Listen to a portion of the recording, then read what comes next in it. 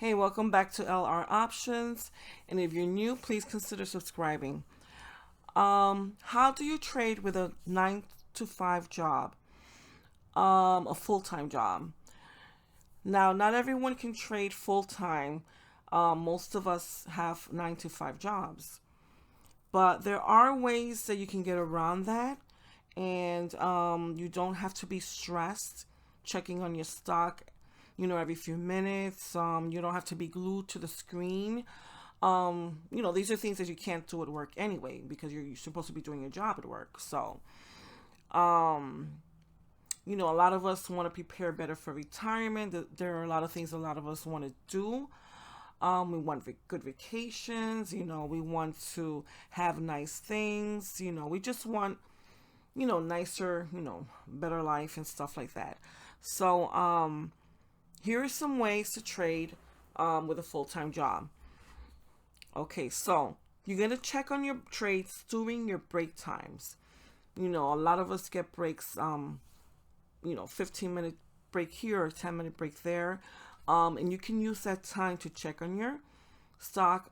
Don't do it on the computer at work. You're going to do that on your mobile phone. So you're going to download your broker's app to your phone, and that's how you're going to check on your stock. You can also, during your lunchtime, that's another opportunity to check on your stock, and that's a larger period of time that you can have to check on it. You don't have to spend your whole hour looking at it because this is a stock that you're going to be holding on to for some time because you're not doing day trading. Day trading, you jump in one day and the same day you jump out of the trade. Okay, we're not doing that. We're holding on to the stock for some time.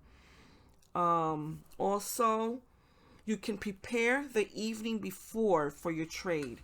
So if there's a stock you're interested in, what you're going to do is you're going to do your research the evening before. Do everything that you have to do. You're going to look up the stock's ATR, its beta, its implied volatility. You're going to look up its open interest, its volume, all the things that you want to know about so that you can tell, whether this is a good stock to get into or not. It seems kind of stressful, to keep on top of all these things, but if you just do the swing trading, which is holding on to a trade for, more than one day to a few days, weeks, and even months, you'll see that it's a lot better than trying to day trade. Day trading is hectic, and you can lose a lot of money, trying to day trade at work because, first of all, you don't know what can happen at work. You can be called away for a meeting. A client can come in that needs your attention. You don't know how much time you have to spend with this client. There could be an emergency. There could be a phone call that you have to attend to. Any number of things can happen. And then all of a sudden, your stock, something could be going on with your stock, a stock that you intended to jump out of in a few minutes because you just entered it at the open of the stock market, and now you're stuck. And it's losing money and you don't even know because you're stuck with a client. So it's best not to do that day trading during work. So the strategy to use would be swing trading.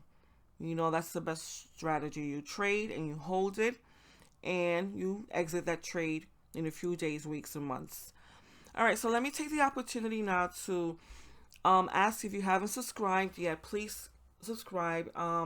It helps the channel to grow, and we can continue to bring you more videos of this kind. Okay, so again, it's less stressful to know that you entered into a trade that you intend to close down the road in a few days. Okay, and you don't have to feel that as soon as the stock market opens, you have to jump in and you have to keep an eye on the trade, because when the stock market opens, that's when it's the highs in volatility. At the open of the stock market and at the close of the stock market at the end of the day. So, stocks are flying this way, flying that way. You don't know what's going on. You can panic, close your stock, close it prematurely, lose money when you left money on the table. that you could have earned more. You could have earned more money in your stock, but you panicked, you closed it, and it's too late. You can't look back, once you're out of that stock. Also, there are pullbacks that happen in stocks. If you see stocks don't just go straight up, straight down. They range also, and they pull back. So if your stock had been going up, you felt it's steadily going up. You felt this is something good to get into, but then all of a sudden you see it dropping. That doesn't mean the stock is in a reverse trend.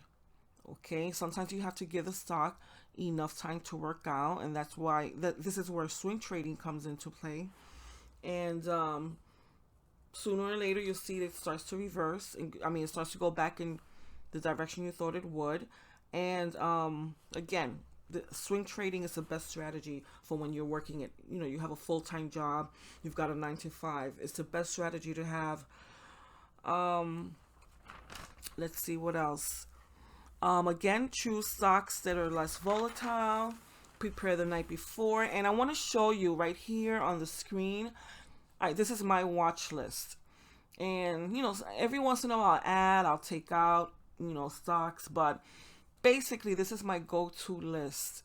And I choose from this list. And sometimes I'll order them from the lowest price to the highest price. Sometimes I'll order them by symbol, alphabetically. I just try to see what's going on in the market, and I see how my favorite stock is doing, and if if it's at a point that I feel that I can jump into this trade and make a profit and hold it for a while, then that's what I do. But this checklist, this watch list, what it does is it makes my job so much easier and faster, because all I have to do is look at it at the end of the day, in the evening, and then the next morning or during my lunchtime, I'll go in there, enter my trade, and then just keep an eye on it every once in a while, for a few days, weeks, and also what's very important is give your trade enough time to work out. So if you like to trade the weeklies, which are the options that the stocks that give you weekly options or weekly expiration dates, sometimes, to enter a trade for just a week is not enough time, because let's say you thought your trade was going up. Now all of a sudden you entered it on Monday or Tuesday. Now, here we are Thursday, your stock is dipping. Okay, and it's probably just a temporary pullback. And you didn't give this stock enough time to show you the profit you thought you were going to get. So it's best to enter a trade for 2 weeks, 3 weeks, a month, or even longer, because now you're giving your trade enough time to work out in your favor. You won't lose money, or you won't have to run and cut your losses, even though this trade, you knew it could have worked out. You just didn't give it enough time. All right, so we're going to end here. Please comment, share, and subscribe, and we'll see you in our next video. Thank you.